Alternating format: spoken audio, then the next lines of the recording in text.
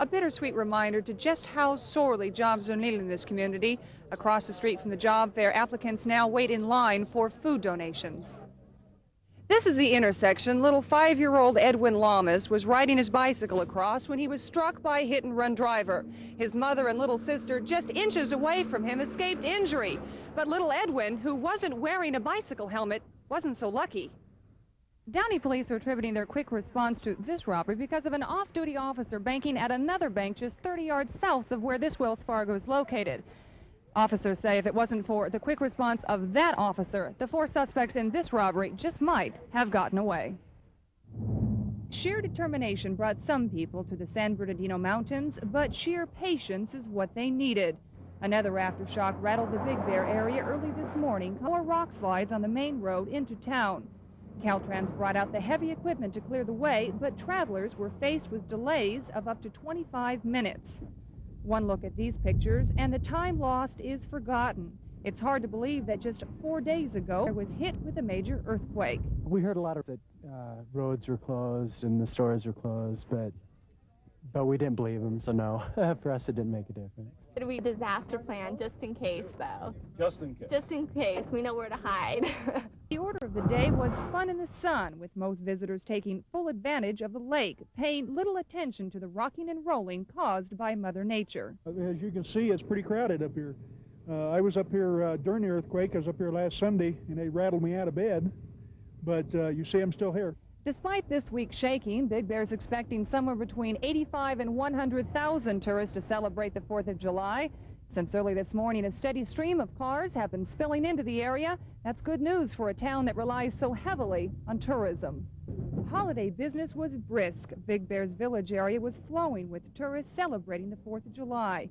People who were more interested in shopping out the wounds of last Sunday's quake. Big Bear did suffer quake damage.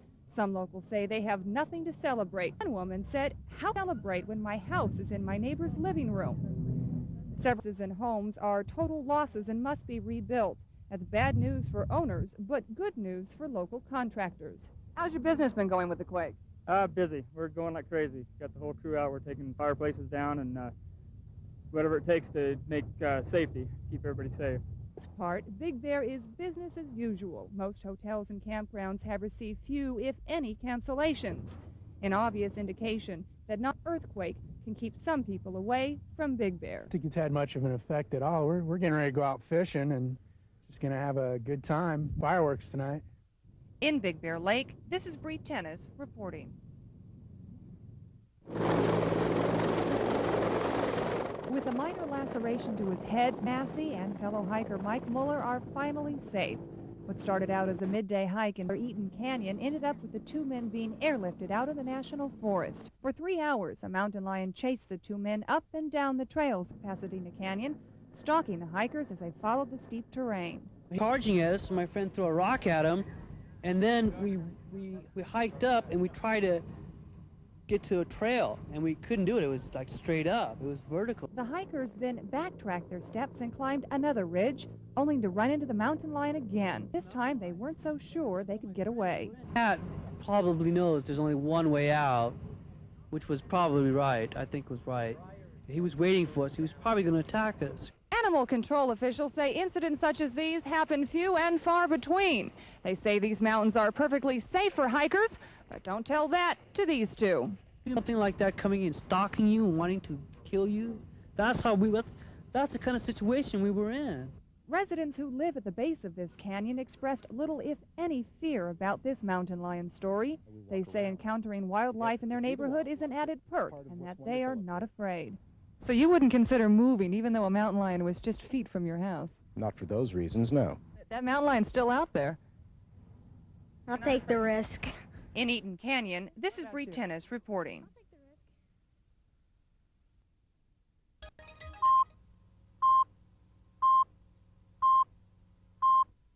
Find soundstage number 7. Inside shows the set for the hit show Jag. Most of the show is filmed on this soundstage. This is the Seahawk, built as a complete replica of an actual naval vessel. Except this is a set and nothing actually works. This is the navigation bridge of the Seahawk. This is pretty much the brain of the ship.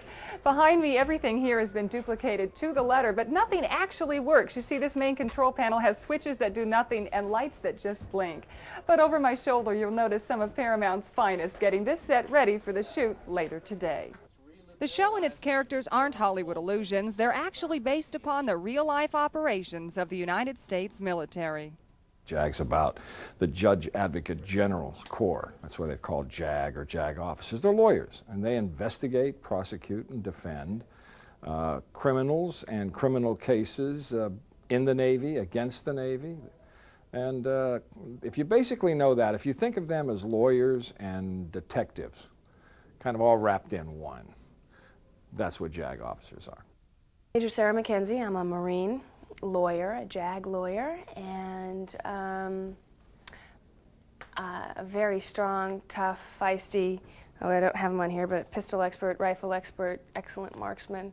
Lawyers, so they prosecute and defend, but generally what they will do is they're called in when there is a circumstance or an accident or what have you to investigate. They then report their findings to the Judge Advocate General, who then decides whether to litigate or not to litigate. Once the final preparations are in order, the crew takes their places and the actors step in to begin the making of. Rolling. On the set, the two stars get some last-minute pointers from director Tony Warmby. He's the man with the silver hair on the left of your screen. The premise of this week's show is mixing men, women, and the close quarters of the Seahawk. It's titled Crossing the Line.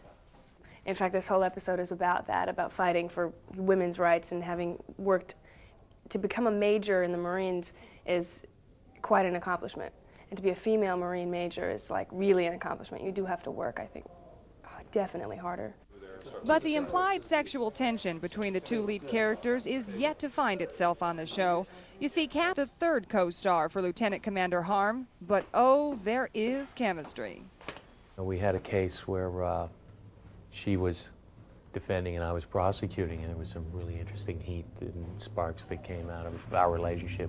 He's definitely gorgeous, and it's fun to flirt and it's fun to play, and I think it's nice that it's just tension and not anything more, because I think that's much more interesting to watch. The implication is there, but writer-creator Don Belisario makes no claim for enticing it. He believes in letting nature take its course. Right, because I don't know how to define sexual chemistry. I try to write attitudes into the characters and then let the actors pick that up and develop it. And it's up to them, once they know the attitude of the actor, of the role they're playing, the character. Once they know that attitude, it's up for them to impart the sexuality to it. To shoot enough film to create just one episode of JAG, the cast and crew must pay their dues with long hours on the set. And 8 days of shooting. Those days will average around 14 hours a day. Sometimes they go longer. And rarely do we get them done in 8 days. This is one of the corridors deep inside the heart of the Seahawk. Well, at least that's what you're supposed to think. Actually, it's just another part of the set to the show JAG. And by the way, these corridors have been widened to accommodate the camera for the shoot, but they've been raised in height to accommodate the star, who is 6 feet 4 inches tall. But to these actors, their characters are more than just acting jobs. It's a way of life. And for her role, Catherine Bell was drafted. Well, sort of. I went through a little sample of what boot camp might be like. You know, I had a few drill instructors make me take apart and put back together an M16 and yell at me and call me private. Aside from this, we're generally building sets or on location, so it's always changing. You know, whatever JAG delivers, it's bound to be fun. On soundstage number 7 at the Paramount Studios, this is Brie Tennis for the Entertainment Show.